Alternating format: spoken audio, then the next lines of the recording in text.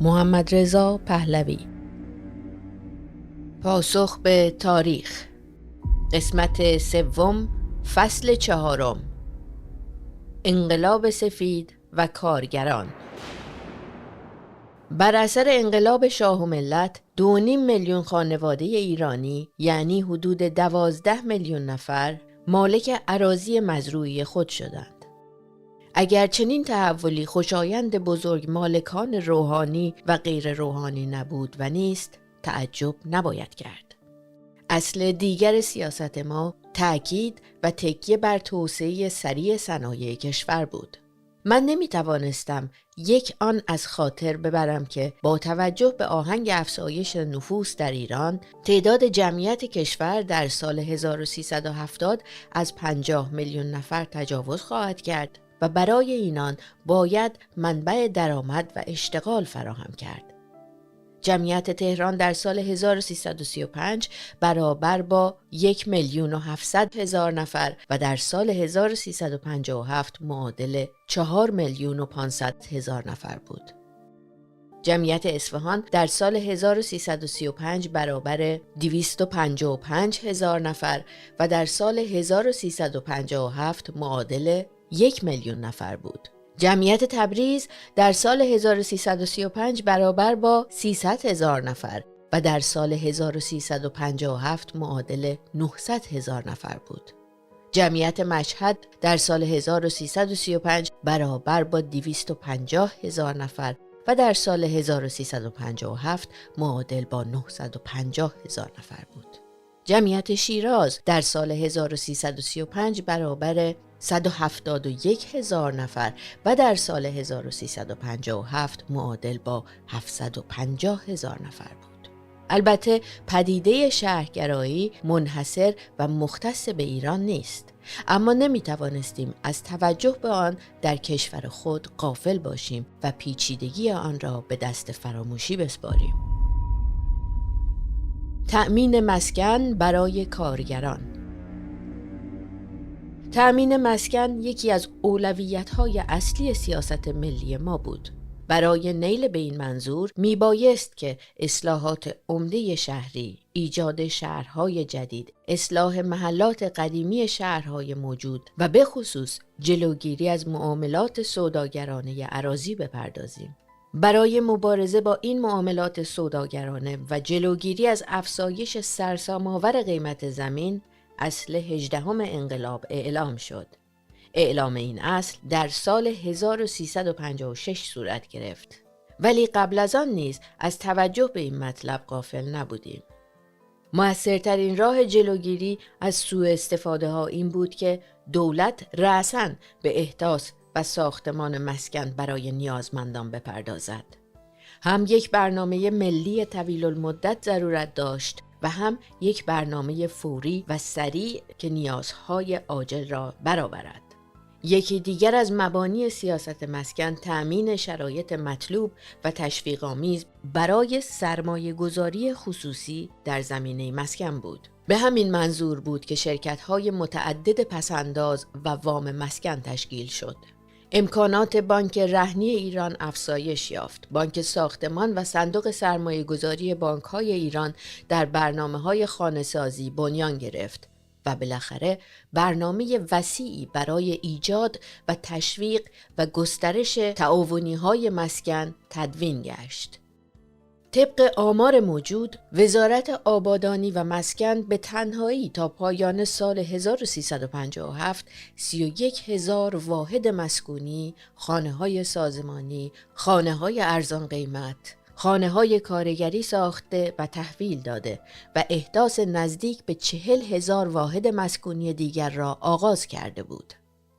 به علاوه 2056 طرح شهرسازی و عمرانی در شهرها و 6892 طرح عمرانی و نوسازی در روستاها به انجام رسیده بود.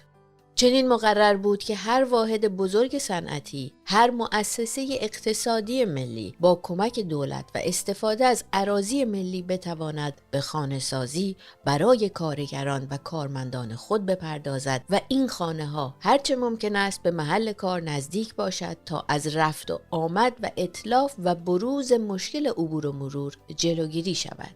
در این مدت 2115 طرح رفاهی و فرهنگی برای جوانان نیز به انجام رسید که مشتمل بود بر ساختمان مدارس و دانشگاه‌ها و بیمارستان‌ها و درمانگاه‌ها و مراکز ورزشی و تفریحی، اردوگاه‌های تابستانی و امثال آنها. همچنین اجرای 879 طرح دیگر در حال پیشرفت بود. البته باید به این طرح‌ها مجموع فعالیت‌های عمرانی و بهسازی سپاه ترویج و آبادانی در سطح روستاها و حتی شهرهای کوچک کشورمان افزوده شود. به منظور کمک به تأمین مسکن 12 میلیون متر مربع زمین در اختیار شرکت‌های تعاونی مسکن گذاشته شد و طی مدت 10 سال 544,000 نفر از وام‌های طویل المدت ساختمان و یا خرید مسکن استفاده کردند که مجموع این وام‌ها به رقم 103 میلیارد ریال بالغ گردید. با تمام این تفاصیل باید قبول کنیم که برنامه تأمین مسکن برای کارگران از نقاط ضعف سیاست ما محسوب میشد، چرا که با تمام کوشش هایی که انجام گرفت موادی مثل سیمان و آجر و امکانات کافی برای نیل به همه برنامه ها و هدف های خود در اختیار نداشتیم. تأمین بهداشت و سلامت کارگران. شمول بیمه‌های اجتماعی بر همه کارگران یکی دیگر از هدف‌های عمده کشور محسوب می‌شد. ایران در این زمینه نیم قرن از کشورهای دیگر عقب بود و من میبایست که این تأخیر را سریعاً جبران کنم. اصل 16 انقلاب به تأمین خدمات پزشکی و درمانی جهت زنان باردار و نوزادان اختصاص یافت که مجموعاً هر سال حدود صدها هزار تن از مزایای این اصل بهره‌مند می‌شدند. اعلام و تصویب و اجرای این اصل گامی دیگر در راه تحقق طب ملی و تأمین موجبات و وسایل درمان برای همگان بود. به همراه اعلام این اصل، اجرای برنامه وسیعی در زمینه پیشگیری بیماری‌های ساری و انجام تلقیحات ضروری و بهسازی و پاکسازی محیط زیست آغاز گردید. تصمیم بر آن بود که برای هر یک از شهروندان دفترچه درمانی خاص تهیه گردد که در آن همه سوابق و اطلاعات مربوط به سلامت وی مندرج باشد و به این ترتیب کار تلقیح و دریابی بیمارها و درمان آنها تسهیل گردد.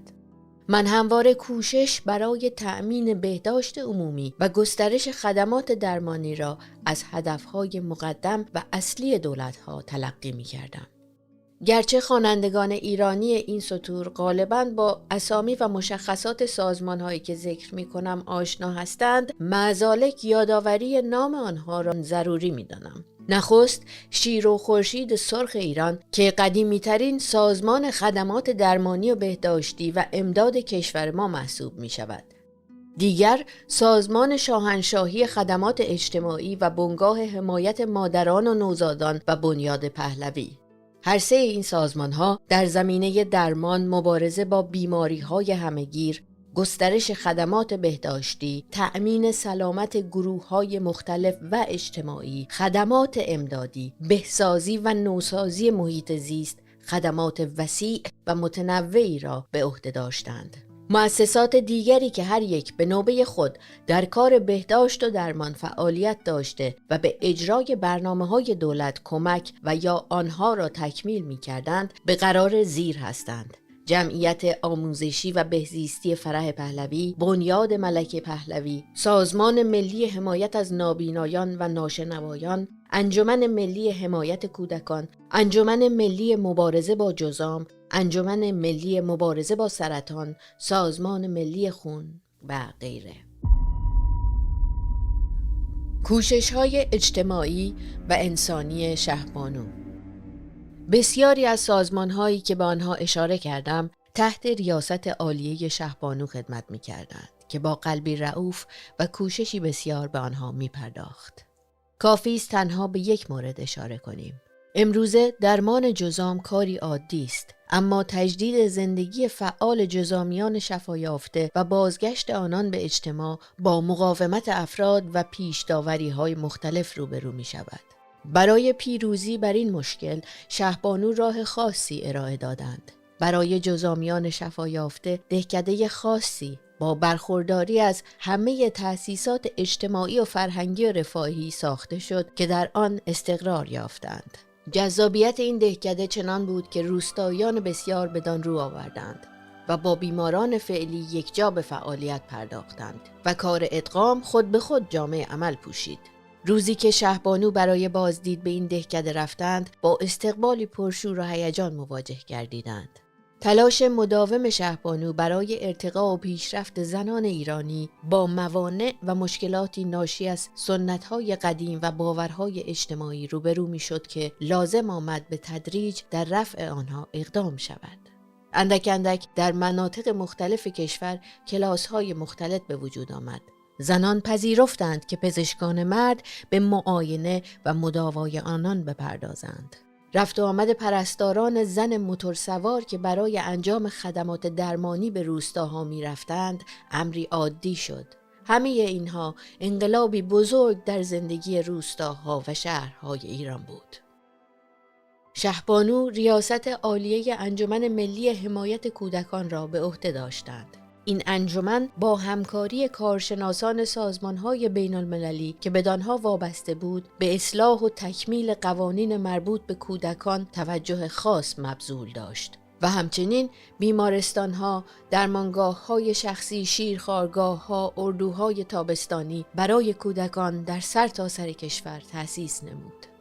هدف همه سازمان‌های اجتماعی و درمانی که به ریاست عالیه شهبانو فعالیت می‌کردند، تکمیل و تسهیل کار دستگاه‌های دولتی با استفاده از خدمات داوطلبانه و کمک‌های بخش خصوصی بود و در این زمینه توفیق بسیار به دست آوردند. مناسب است اشاره هم به بیمارستان قلب ملک پهلوی بکنیم که به همت مادرم بنیان یافت و از مجهزترین و بهترین بیمارستان‌های تخصصی در جهان به شمار می رفت. این مؤسسه که همه پزشکان آن ایرانی بودند، علاوه بر خدمات درمانی، وظیفه مهمی در آموزش تخصصی بیماری‌های قلب و عروق به عهده داشتند. سیاست تأمین اجتماعی. اصل 17 انقلاب شاه و ملت به تأمین اجتماعی و گسترش و تعمیم آن به همه گروه‌های حرفه‌ای و اجتماعی اختصاص داشت. هدف غایی و نهایی سیاست ملی ما آن بود که همه افراد فعال جامعه در مقابل خطرات ناشی از حوادث، بیماری‌ها، ناتوانی‌های ناشی از کار بیمه شوند و نیز همه ایرانیان بتوانند از نوعی بیمه ایام پیری و سالخوردگی یعنی بازنشستگی بهره مند گردند. همچنین میبایست تدابیر و مقررات خاصی برای حمایت از نوجوانان خانواده‌های نوپا و نیز کودکان استثنایی در این مجموعه مقررات و نظامات ملحوظ و منظور گردد. باید صراحتاً بگویم که قوانین و مقررات تأمین اجتماعی در کشور ما از مترقی‌ترین و کاملترین قوانین جهانی در این زمینه به شمار می آمد. به عنوان مثال در پیشرفته ترین ممالک حقوق بازنشستگی از 50 الی 60% حقوق تجاوز نمی کند. حالانکه این رقم در ایران در بعضی موارد حتی به 100% اصل حقوق می رسید. و کوشش بر آن بود که میزان مقرری بازنشستگی از حداقل مصوب حقوق و دستمزد کمتر نباشد و با نوسان‌های شاخص هزینه زندگی منطبق گردد. مشارکت کارگران در سود خالص کارخانه‌ها. اصل 4 انقلاب شاه و ملت یعنی مشارکت کارگران در سود خالص کارخانه‌ها در سال 1342 اعلام شد و به تصویب رسید. اجرای این اصل بر انعقاد الزامی قراردادهای دست جمعی کار نهاده بود که حتی الامکان بدون مداخله مستقیم دولت، کارگران و کارفرمایان بتوانند از طریق نمایندگان و اتحادیه‌های خود ترتیب مشارکت کارگران را در سود خالص واحدهای صنعتی و صرفه‌جویی‌های ناشی از کاهش ضایعات بدهند. فقط در سال 1356 تعداد 530,000 تن از کارگران بخش خصوصی و بخش دولتی توانستند اضافه درآمدی معادل 12 میلیارد ریال از این ممر تحصیل نمایند که تقریباً برابر 1 تا 2 ماه دستمزد متعارف آنان بود. در طی 14 سال اجرای این اصل، میزان کل دریافتی از این بابت 128 برابر شد. در این رهگذر بانک رفاه کارگران مأموریت یافت که با اعطای وام به کارگران ایجاد تعاونی‌های کارگران را تسهیل نماید. بر روی هم چندین میلیارد ریال در این زمینه پرداخت شد که از محل آن کارگران توانستند به خرید و یا تعمیر منازل و یا تهیه وسایل زندگی بهتر بپردازند.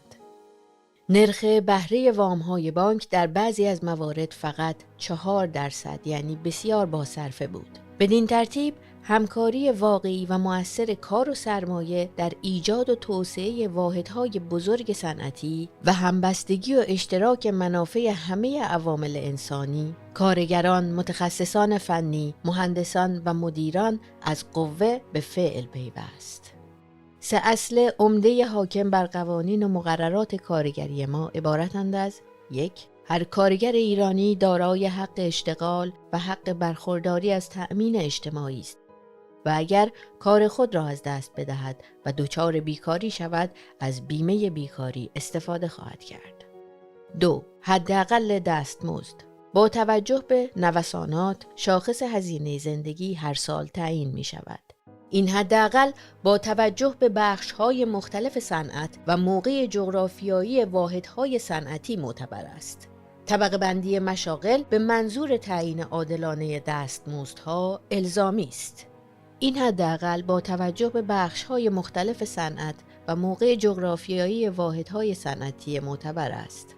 3. بازده کار در تعیین میزان دستمزد مؤثر است. تأکید برای اجرای دقیق این اصل میبایست بهره‌وری کار را به تدریج افزایش دهد. همچنین کوشش ما بر آن بود که آموزش حرفه‌ای را در جوار فعالیت‌های صنعتی هرچه بیشتر توسعه دهیم تا میزان مهارت و تخصص کارگران با توجه به نیازهای روزافزون کشور افزایش یابد. در این رهگذر توجه کامل به عمل آمد که در هر یک از مراکز استانها واحد بزرگی برای آموزش حرفه‌ای تأسیس شود که هم به تربیت کارگران جوان و آماده سازی آنان بپردازد و هم به تکمیل مهارت کارگران شاغل در حین خدمت. همچنین مراکز بازآموزی فعال و پرتحرکی تأسیس شد که با استقبال فراوان کارگران ما مواجه گشت، چرا که طبق قوانین کار ایران هر کارگر حق داشت تا بالاترین سطوح تخصص، تحصیلات تخصصی و مهارت فنی خود را در این مراکز تکمیل کند.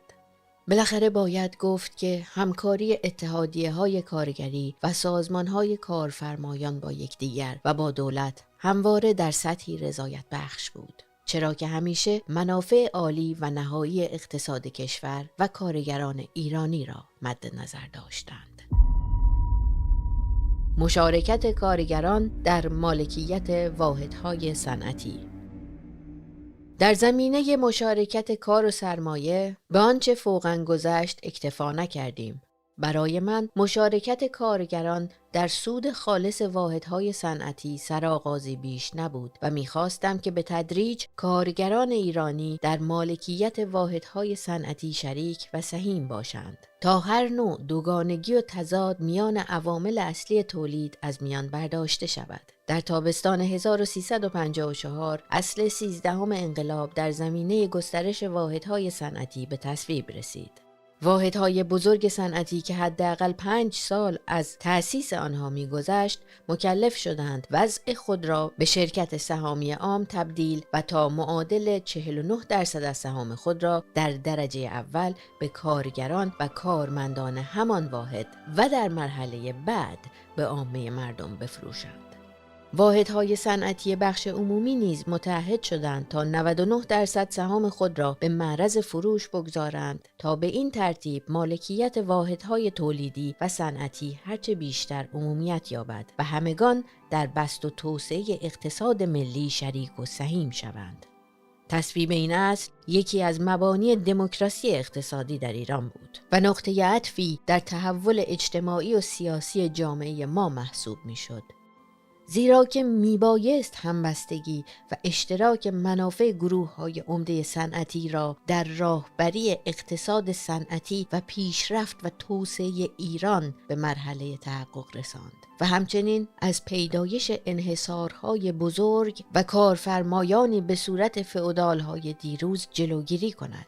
اعلام و تصویب این اصل ابتدا با تعجب و انتقاد و حتی مخالفت بسیار مواجه شد. اما پس از 1 سال خود کارفرمایان متوجه شدند که روابط صنعتی و بازده کار بهبود یافته و در نتیجه سود بیشتری هم نصیب آنها خواهد شد. آشوبگران وابسته به حزب توده و عوامل ارتجاع بیش از همه با این اصل مخالف بودند. زیرا که مشارکت کارگران در مالکیت واحدهای صنعتی و رفع تضادهای طبقاتی آنان را خلع سلاح می‌کرد و بهترین بهانه تخریب و براندازی را از آنان سلب می‌نمود. آنها شکست این تجربه را الزامی و غیر قابل اجتناب می‌دانستند و از عدم تحقق پیشبینی‌های خود سخت دل‌آزرده و عصبی شدند. چرا؟ پاسخ به این سوال دشوار نیست.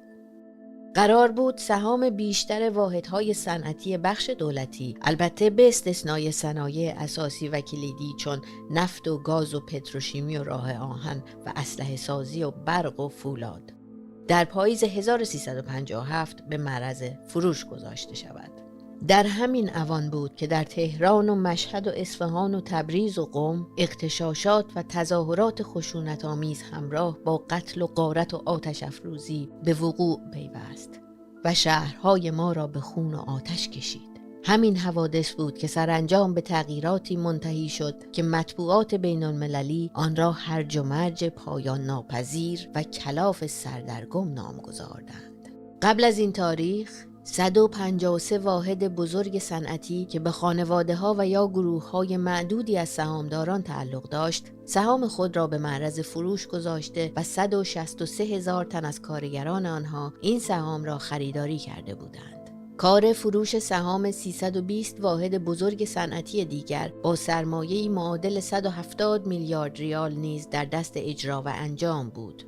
در قالب موارد خرید سهام به وسیله کارگران از طریق اعطای وام‌های خاص تسهیل شد و شورایی به نام نظارت بر گسترش مالکیت واحدهای صنعتی بر این مهم نظارت داشت.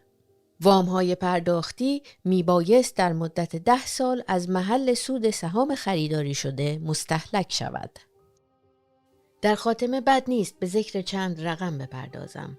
15 سال پیش حداقل دستمزد یک کارگر ساده معادل 2000 ریال در ماه بود.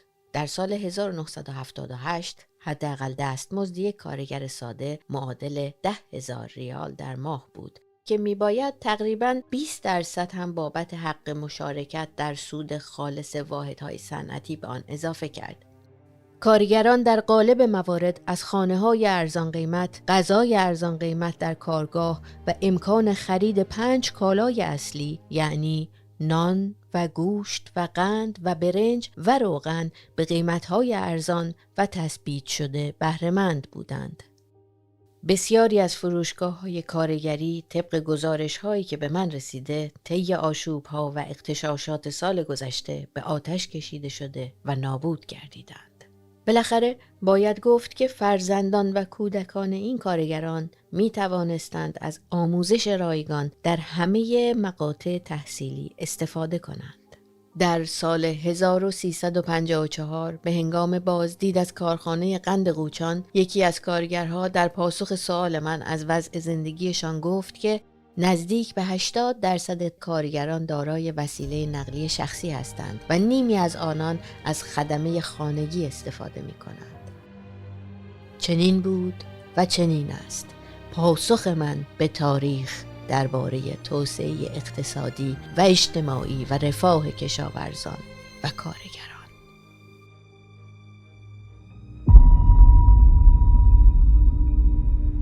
پاسخ به تاریخ، قسمت سوم، انقلاب سفید، فصل 5. انقلاب در دستگاه قضاوت.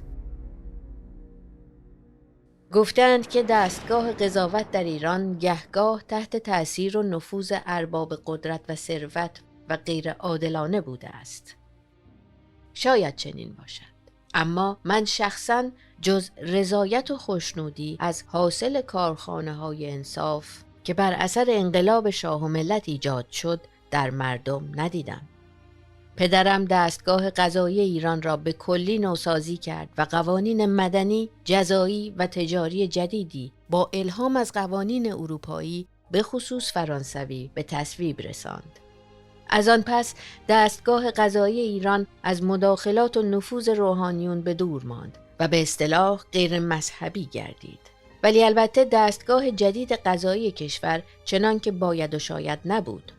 شبکه آن در سرتاسر کشور گسترش نداشت و مخصوصاً روستانشینان از آن بی بهره بودند. هزینه‌های قضایی سنگین بود و ساکنان روستاها که غالباً از نعمت سواد محروم و فاقد توانایی مالی کافی بودند، نمی توانستند در مقابل دستگاه دادگستری از حقوق خود به طور شایسته دفاع نمایند. مسائل روستانشینان غالباً بسیار ساده و بیشتر به حصه زمین آنان و اختلافاتشان با همسایگان بر سر تعیین حدود اراضی، استفاده از حق آب و یا مالکیت دامها بود. در مورد این دعاوی کوچک میبایست به دادگستری شهرها مراجعه کنند، از خدمات وکلای دادگستری استفاده و مراحل مختلف قضایی را طی نمایند. مراجعه به دیوان عالی کشور در مرحله تمیز مستلزم آمد و رفت به پایتخت کشور بود.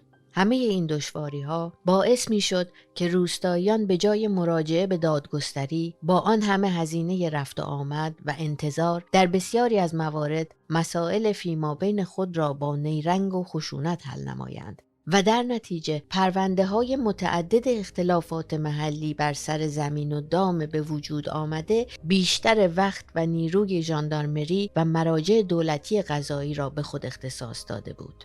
یک جنبه مسئله این بود و جنبه دیگران که روستاییان بهتر از قضات حرفه‌ای قادر به درک و حل و فصل دعاوی کوچک و مربوط به آب و زمین و دام و امثال آن بودند و طبیعتاً طرفین دعوا را با روابط خاص محلی بهتر و بیشتر می شناختند. پس چنین به نظر آمد که اگر برای حل و فصل این قبیل مسائل و دعاوی از ریش سفیدان و سالخوردگان و خبرگان محلی و مورد اعتماد روستاییان کمک گرفته شود، هم مشکلات مردم زودتر حل می شود و هم از اتلاف وقت و نیرو و هزینه بسیار جلوگیری می گردد و هم کار دستگاه‌های اداری و قضایی سبک و سهل خواهد شد. خانه‌های انصاف. اساس کارخانه‌های انصاف بر حل و فصل مسائل و دعاوی کوچک از طریق کدخدامنشی و اطلاعات محلی نهاده شد. نخستین خانه انصاف در زمستان 1342 در روستای مهیار از توابع اصفهان گشایش یافت. تعداد خانه‌های انصاف در پایان سال 1356 به 1357 رسید که نزدیک به 19,000 روستای کشور در حیطه عمل و صلاحیت آنان بود. خانه انصاف در حقیقت یک دادگاه واقعی روستایی است که 5 تن قضات آن را اهل هر ده برای مدت 3 سال انتخاب می کنند. اعضای خانه‌های انصاف افتخاراً خدمت می‌کنند و در نتیجه عدالت و قضاوت رایگان در اختیار روستاییان قرار می‌گیرد. آیین دادرسی در خانه‌های انصاف ساده و بی‌پیرایه بود و قضات در انتخاب راه و روش تحقیق و تجسس آزاد بودند و چون همه نسبت به یکدیگر آشنایی داشتند، کارهای مردم سریع و آسان فیصله می‌یافت. فعالیت‌های خانه‌های انصاف با استقبال و توفیق فراوان روبرو شد. این خانه ها در نخستین سال فعالیت خود به 18,000 پرونده رسیدگی و آنها را حل و فصل کردند و در پایان سال 1356 تعداد کل پرونده هایی که در خانه های انصاف رسیدگی شده و فیصله یافته بود از 3 میلیون تجاوز کرد. چه هزینه ها که بدین ترتیب صرف جویی شد. توفیق کار و فعالیت خانه های انصاف تنها جنبه کمی و مقداری نداشت. بررسی کارشناسان و متخصصان نشان می‌دهد که آراء صادره به وسیله خانه‌های انصاف عادلانه، منصفانه و منطقی و عاری از فساد و اعمال نفوذها بوده است. استادان حقوق و قضات بسیاری از این نتیجه مثبت و درخشان اظهار تعجب کردند. اما من که روشنبینی و ذکاوت و شم قوی روستاییان ایرانی را به خوبی می شناختم، از ابتدای کار نسبت به نتیجه آن خوشبین بودم. بر اثر همین توفیق بود که تصمیم گرفته شد در شهرها نیز برای رسیدگی به دعاوی کوچک و محلی دادگاه‌های منتخب اهل هر محله و شهر تشکیل شود. این مراجع در 1345 آغاز به کار کردند و شوراهای داوری نام گرفتند. آنها نیز از 5 قاضی اهل محل برای مدت 3 سال تشکیل می شدند. فقط می بایست یکی از این 5 تن از میان افراد آشنا به حرفه قضایی و مسائل حقوقی، قضات شاغل یا بازنشسته وکلای دعاوی انتخاب شود. زیرا که مسائل و دعاوی شهری مشکلتر و پیچیده‌تر و تا حدی فنی‌تر بود. خدمات شوراهای داوری غالباً در محل مدارس و شهرداری‌ها و عمارات و ابنیه عمومی دیگر تشکیل می‌شد رایگان بود. در پایان 1356 در 203 شهر ایران مجموعاً 283 شورای داوری به فعالیت مشغول بود که از ابتدای تأسیس به بیش از 750,000 پرونده رسیدگی و آنها را حل و فصل کرده بودند. در 1356 تصمیم گرفته شد که حیطه صلاحیت خانه‌های انصاف و شوراهای داوری گسترش یابد و رسیدگی به بیشتر دعاوی در مرحله بدایت به آنان محول شود تا در کار قضاوت تسریع قابل ملاحظه‌ای به وجود آید و از اتلاف وقت و هزینه بسیار اجتناب شود. توفیق خانه‌های انصاف و شوراهای داوری همانند کامیابی سپاهیان دانش و بهداشت نشان دهنده برتری راه حل‌های انقلابی بر راه‌های متعارف در حل و فصل مسائل اجتماعی در یک جامعه در حال بسط و توسعه سریع بود. در طی مسافرت‌های متعددم به شهرها و روستاهای کشور غالباً از روستاییان درباره خانه‌های انصاف و فعالیت و نتایج کارشان پرسش می‌کردم. پاسخها همه جا گرم و آمیخته با تأیید بود و نشان می‌داد که مردم به آراء آنها اعتماد و اطمینان دارند. در حقیقت فعالیت خانه‌های انصاف دارای جنبه کدخدامنشی و حل و فصل دعاوی به طور دوستانه و خانوادگی بود و از تبدیل موضوعات بسیار کوچکی به دعاوی و اختلافات پیچیده و احیانا سیاسی جلوگیری می‌کرد. تشکیل خانه‌های انصاف یک ابتکار انقلابی و موفق و یک تجربه شجاعانه بود. مشارکت قضات منتخب مردم در امور قضایی جنبه و جلوه‌ای از سیاست کلی توسعه و تصمیم مشارکت مردم در راهبری امور عمومی بود که همواره بدان توجه فراوان داشتم. بدین سان ما به همگان نشان دادیم که سرآمدان و نخبگان برگزیده مردم قادرند مسائل آنها را حل و فصل کنند و به حکومت عامه جامه عمل بپوشانند. در حال حاضر همه کوشش کسانی که مدعی حکومت بر ایران هستند بر این است که سرآمدان و نخبگان جامعه ایرانی را از میان ببرند و یا از کشور برانند و تا حدی هم توفیق یافتند. اما سرانجام با شکست روبرو خواهند شد و نخواهند توانست به مقصود خود نائل شوند. ابتکار تشکیل خانه‌های انصاف و شوراهای داوری در زمینه دستگاه قضایی پاسخ من به تاریخ بوده است.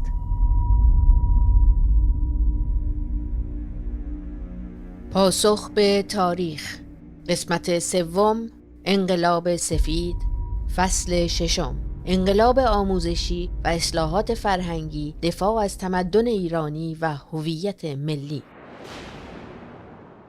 همه دیدند و می دانستند که من بیشتر از هر چیز به اندیشه آینده ایران بودم.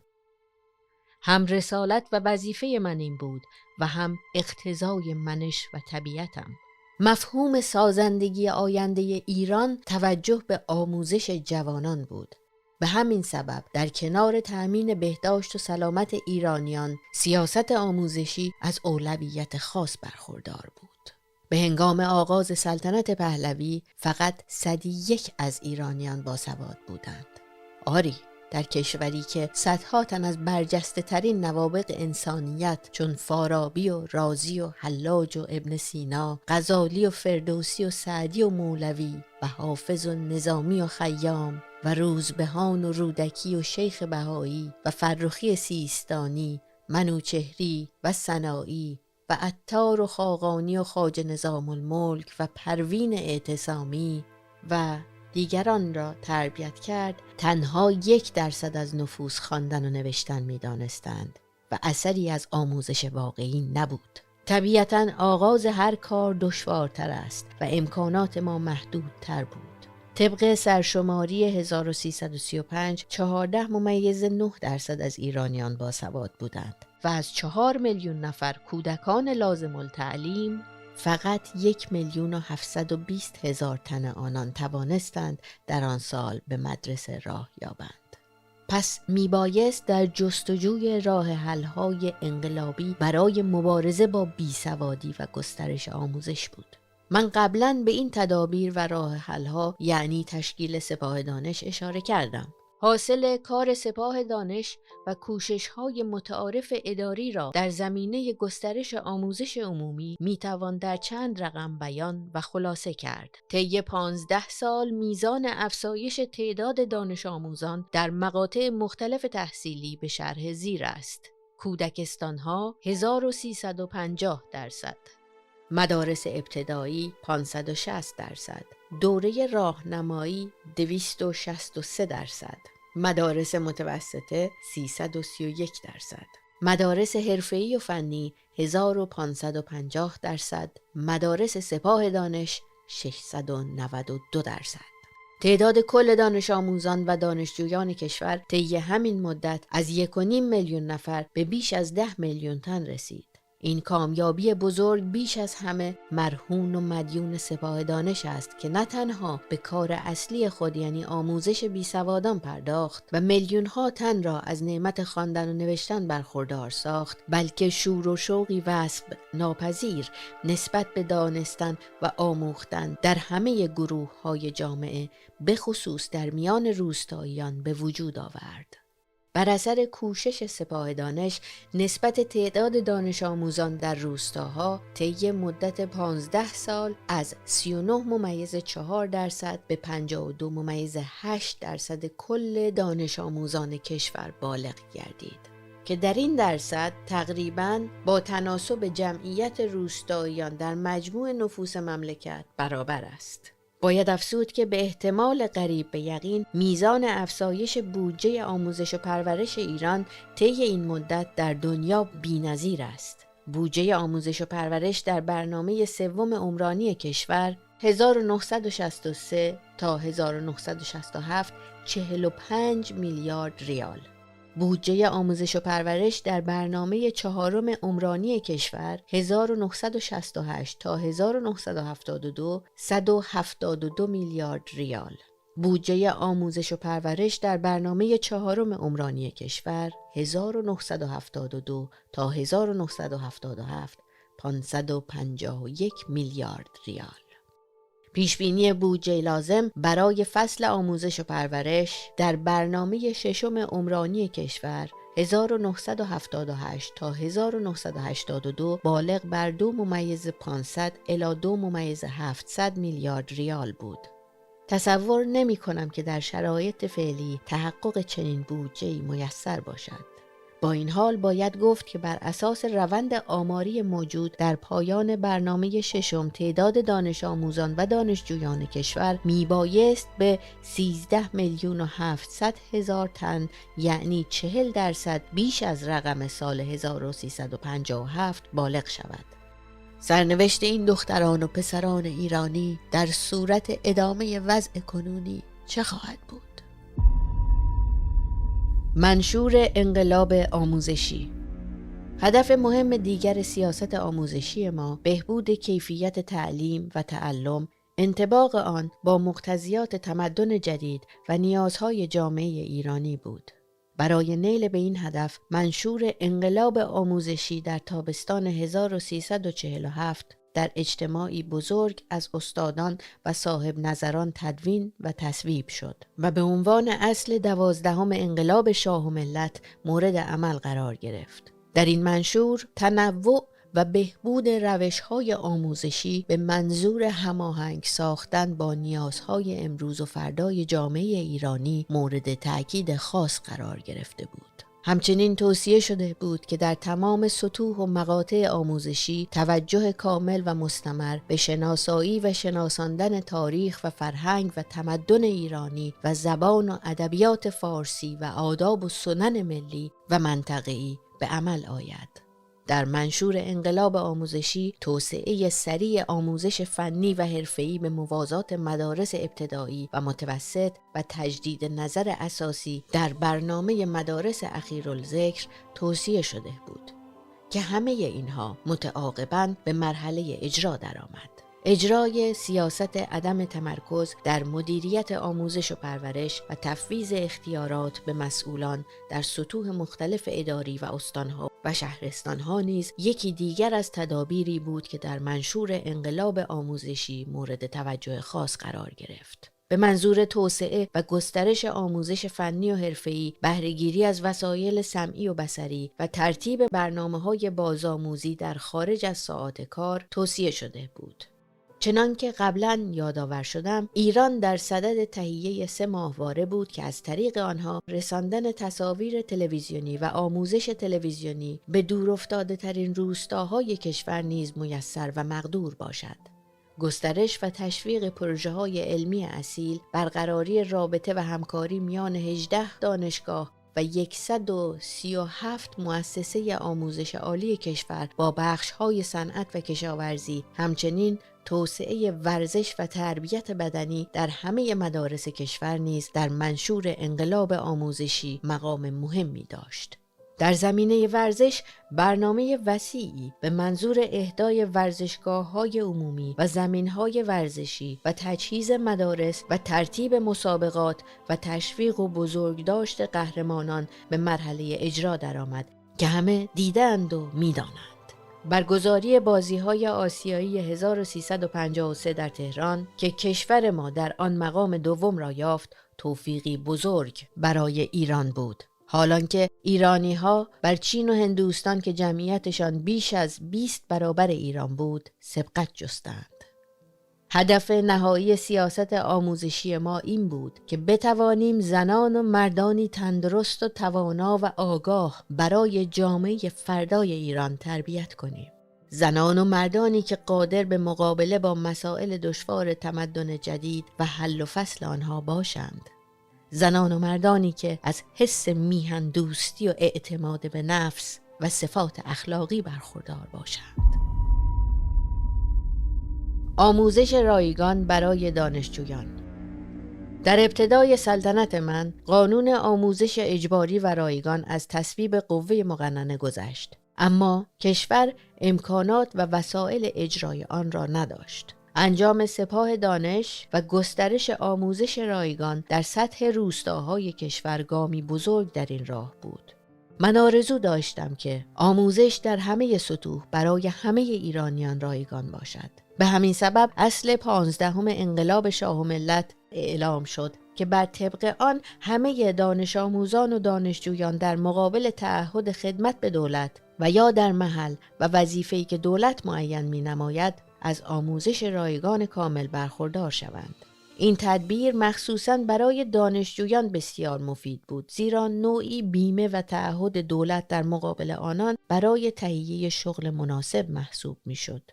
بر اثر اجرای این اصل مجموعاً 7,400,000 نفر از آموزش رایگان بهره‌مند شدند که نزدیک به 6 میلیون نفر آنان از تغذیه رایگان در مدارس برخوردار بودند. یک سال پیش تعداد دانشجویان ما در دانشگاه‌ها و مدارس عالی کشور نزدیک به 200,000 تن و در خارج نزدیک به 100,000 تن بود که نیمی از گروه اخیر در ایالات متحده آمریکا به تحصیل اشتغال داشتند.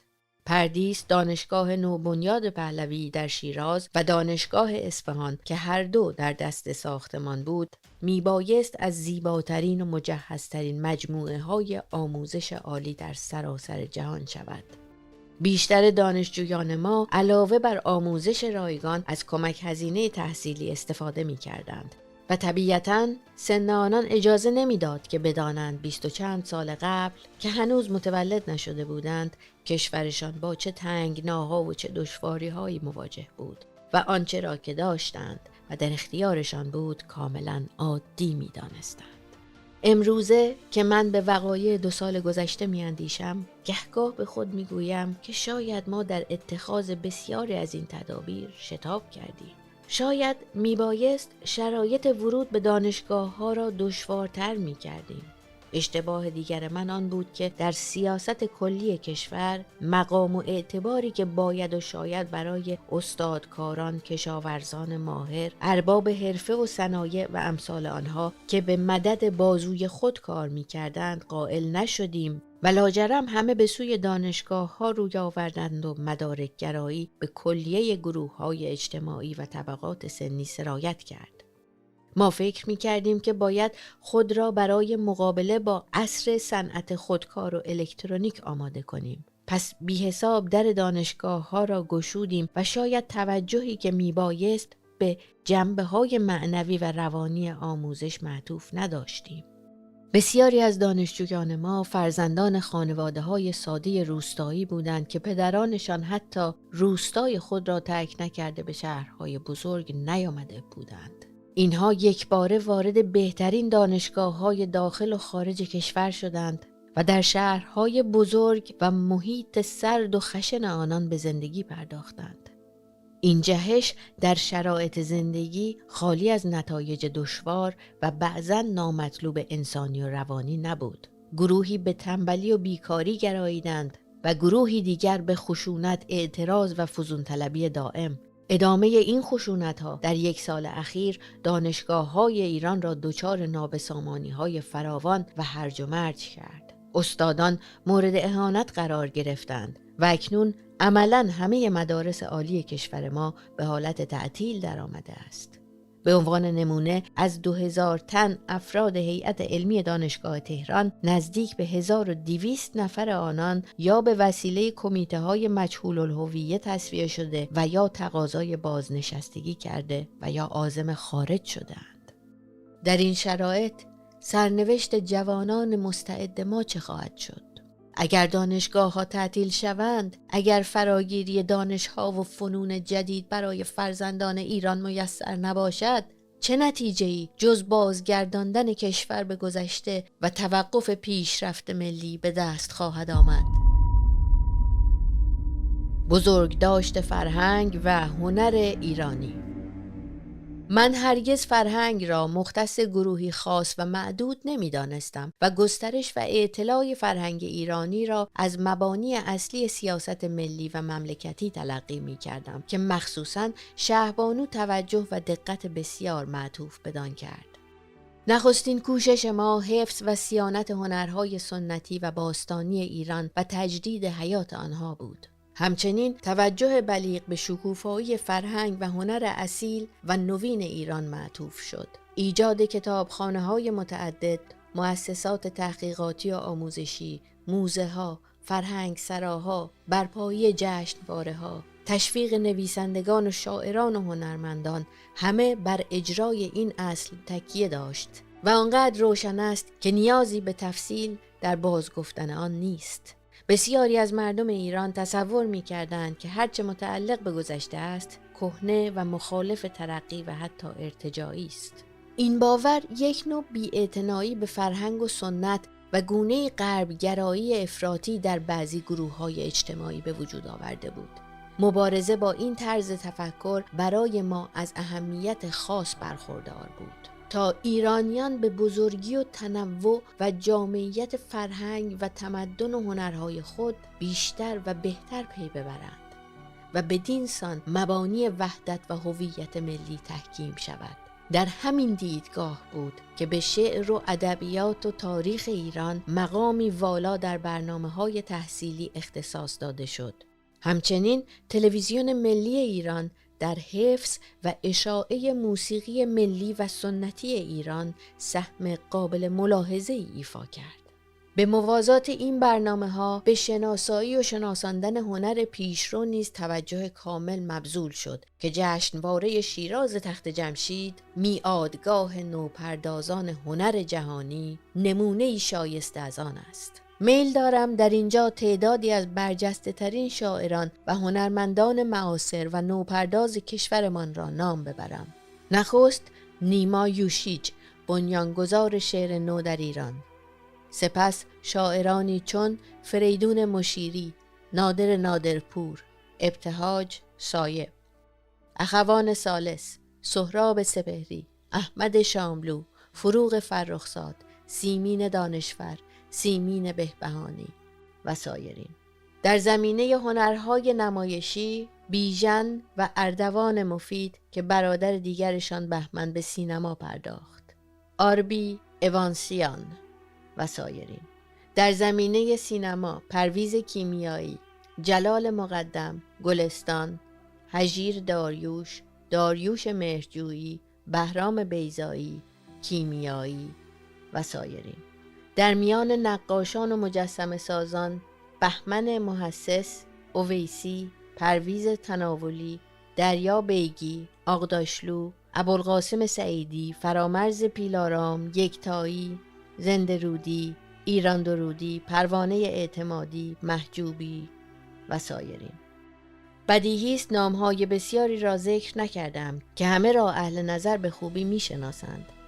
در دوران سازندگی شتابان کشور مسائل ناشی از معماری دارای اهمیت خاص بود. تعدادی از مهندسان و معماران ایران گرایش محسوسی به تقلید از غرب نشان دادند. بسیاری از ساختمان‌های قدیمی و محلات سنتی شهرهای ما متاسفانه به بهانه نوسازی ویران شد و جای خود را به بناهای بی‌هویت و ناهماهنگ با آب و هوا و شرایط محیط و زندگی ایرانی داد. در این زمینه نیز شهبانو به تلاش برخاست و توفیق یافتیم بسیاری از بناهای قدیمی را مرمت کرده و از تخریب محلات و نقاط سنتی جلوگیری کنیم. خوشبختانه باید بگویم که بسیاری از معماری ایرانی نیز با الهام از شرایط اقلیمی و سنت‌های ملی هنر ایرانی در ابداع سبک جدید معماری ایران توفیق یافتند و به نحوی مطلوب شیوه‌های نو را با خصائص قدیم ایرانی تلفیق کردند.